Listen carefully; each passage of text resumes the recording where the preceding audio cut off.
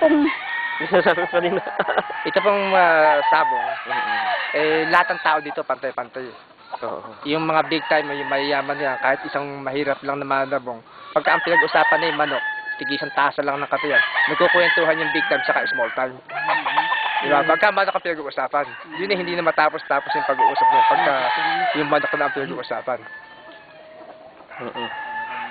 Kapo, ano po yung kahalagahan nung itong negosyo nyo na ito sa Pilipinas ngayon?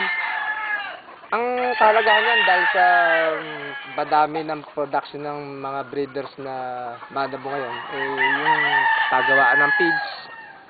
Siyempre, yung naman pabrika ng pigs, marami namang tauhan din yan. Tapos yung mga pabrika ng gamot.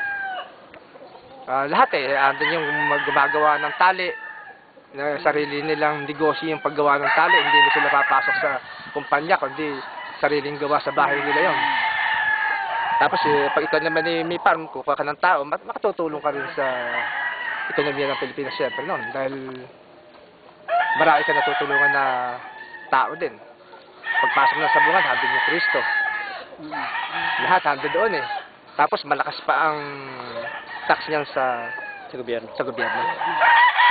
Sa mga gustong magnegosyo na, mga bagong nag-iisip magnegosyo, ikayatin niyo ba sila na ito pasukin ninyo ito?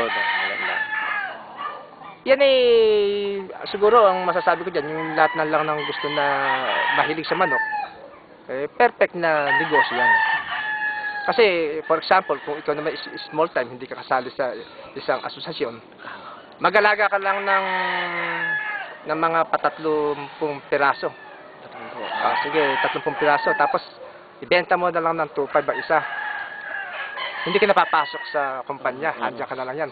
7 months, may 2.5 ka bawat isa. Di kwentahin mo. Kung meron kang 30, 2.5 ang isa, di meron kang 75,000 sa loob ng 7 buwan. 7 buwan.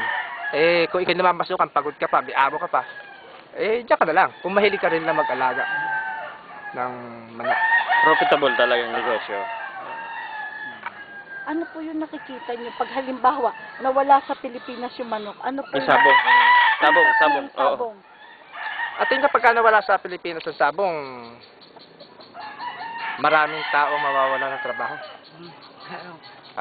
Dahil sa sabungan pa lang, yung mga Kristo nga doon, yung mga gaiter, sentensyador, sultador, handon lahat yun Ano ba yung mga yun? Ano yung sentensyador? Yun ang pinaka-referee sa dalawang naglalaban ng manok. Yung sultador? Yung sultador, yun nagbibitaw ng manok. Yung dalawa. Yung Kristo? Yung Kristo, yun ang bari may isang amo siya. O sige, ipusta mo ako ng ganito. Tigapusta yun. Pantay-pantay yung mahirap at mayaman sa loob na sabungan. Maski sa labas. Lahat pagka manabong lahat pantay-pantay yun.